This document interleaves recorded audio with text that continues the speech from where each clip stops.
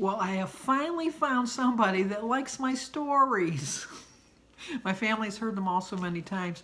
It's kind of funny because Danny was over the other day and he said, you know, I just got to thinking about your life and I never really thought about how much in your life you've seen because I was born in 1950. So I did live through the Cold War. I lived through the Cuban Bay Missile Crisis.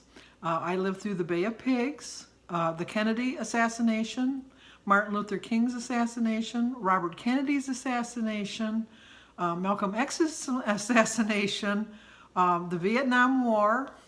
What else did I live through? Nixon with the Watergate scandal, the Iran hostage situation, the Berlin Wall coming down, 9/11. I've lived a pretty full life, but I never really thought of it in those terms. But you know, he was just amazing. He wanted me to Woodstock. He wanted me to talk about Woodstock and things like that. I never went to Woodstock. I could have went to, in Michigan, we had a thing called Goose Lake, which was like Woodstock, but my mother wouldn't let me go. We know about my mother. She wouldn't let me go see the Beatles either. In my mother's defense, I did have seizures I started having seizures when I was 11. I think I had I know I had my last seizure when I was delivering Jimmy. They said I was a borderline epileptic. So I took medication for years and years, and then I just stopped taking it, and I haven't had a seizure in a long time. So I guess it's okay. But anyway, I was going to talk a little bit about my 25th wedding anniversary. I got married July 2nd, 1971, but in March of 1996, Jim's parents we went with them, but they paid our all-expense tour to Hawaii. So we went for 2 weeks, and it was heaven. It was just so beautiful, and his parents paid for everything. It was really nice. They said that was the only one of their children that they were going to see hit the 25th anniversary. So we lucked out. It was a really nice trip. But we took off from Detroit Metropolitan Airport, and we were supposed to have a 1.5-hour layover in Los Angeles and then continue on to Hawaii. So we got on the plane at Detroit Metropolitan, and we were waiting forever, it seemed like, to take off. We were waiting and waiting and waiting, and I looked out the window, and there was all these policemen with dogs all running around the undercarriage of the plane. And the pilot got on and said they were inspecting the plane and that we needed a part, but we weren't going to go back to the terminal. We were just going to sit there and wait. And it was the longest time. And then everybody's like looking, and they're going, oh my gosh, look at, they're getting on the plane. So then they get on the plane, and they brought the dogs on the plane, and the dogs ran right up to this guy and jumped right up in his lap and started barking and sniffing at him. And then a bunch of other security came on the plane, and we couldn't figure out what the deal was. And so then finally the pilot said, okay, we're going to take off. And then when we got into Los Angeles, no one was allowed to get off the plane because it turned out that the guy was a drug smuggler. He had drugs in his suitcase underneath, he had done it as checked luggage. So they wouldn't let anybody off the plane. They only let him because they wanted to meet his connection in Los Angeles. So we never had a layover because we stayed on the same plane, and we took off again and went to Honolulu. So I don't know what happened with him, but it was interesting to see all the dogs and the police and, But so anyway, we get to Hawaii, and we had a really good time. And what I liked is because you got on each plane and you just went from island to island like you're getting on a bus, and you just got on the plane and you went to the next one. And when we were going into Kauai, Kona or Kauai, I think it was Kauai, I was sitting next to our tour guide, and it was a really bumpy flight, and everybody was like, oh my gosh, this is really bad. And then I looked at him, and he looked a little green in the gills, and I said, well, isn't this normal? And he said, no, this is not normal. So I guess we had hit a wind shear, and we had gone up, and boom, we came down, and it was scary, let me tell you. So we went to all the different islands, and one of the islands we went and saw Don Ho. Oh my gosh, it was the best show ever. And he was so friendly and so nice. He met everybody beforehand, shook their hands, thanked them for coming to his show. And then afterwards, he sat in the lobby and took pictures with you. So I don't know if I have a picture. I think I do, but I didn't take it out. But anyway, oh yes, I did. There we are with Dan Ho. He was so nice.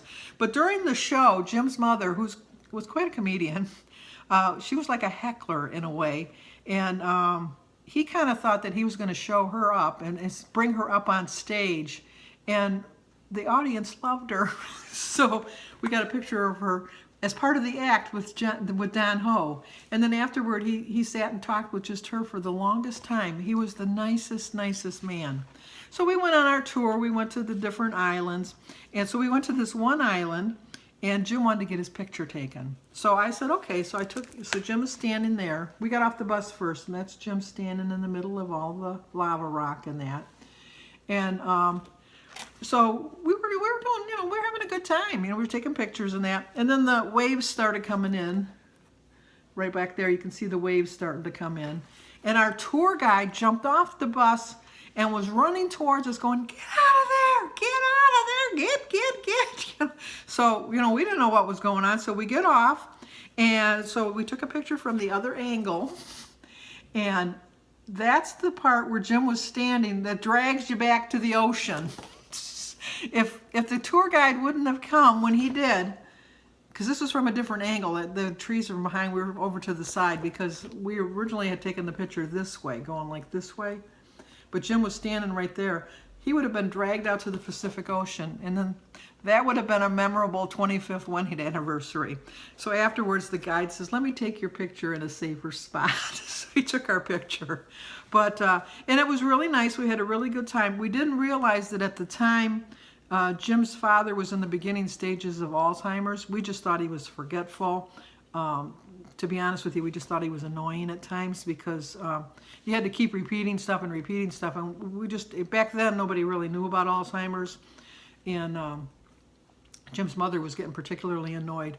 But we had stopped when we were getting ready to come back to the United States. When we were going through the line, security was nowhere like it is now. But it was pretty, it was pretty, what's the word? Secure or whatever. They were thorough. They were very thorough. And they always asked back then, did someone else pack your luggage, or was anybody else in access to your luggage? And my father-in-law said, well, yeah. And they said, a stranger? And he said, yeah. And they said, so a stranger had access to your luggage? And he said, well, yeah. And so they pulled us out of the line because we were all grouped together with our tickets. And we had to go to the security so that they could search our luggage and question us because he didn't know his wife at that point. He was having a brief lapse and he didn't know who she was. And that's why he said a stranger packed his bag, because in the morning when Jim's mother packed the bag, he thought she was a strange woman. And so when he got back is when they took him to the doctors, and he was diagnosed with early onset Alzheimer's. And he lived for another 5 years with it before he passed. And I know it kind of brought that story down real quick, didn't I? I'm really sorry. We went, wow! But it was a trip of a lifetime. I had a blast.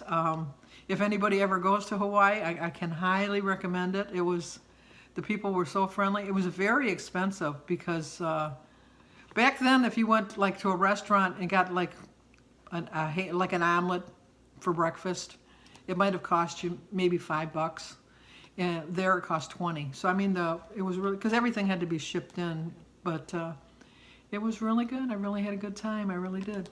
So another story from Sandy. Any story suggestions, just ask. You know me. I'll let you know anything you want to know about my life. I've lived a long time.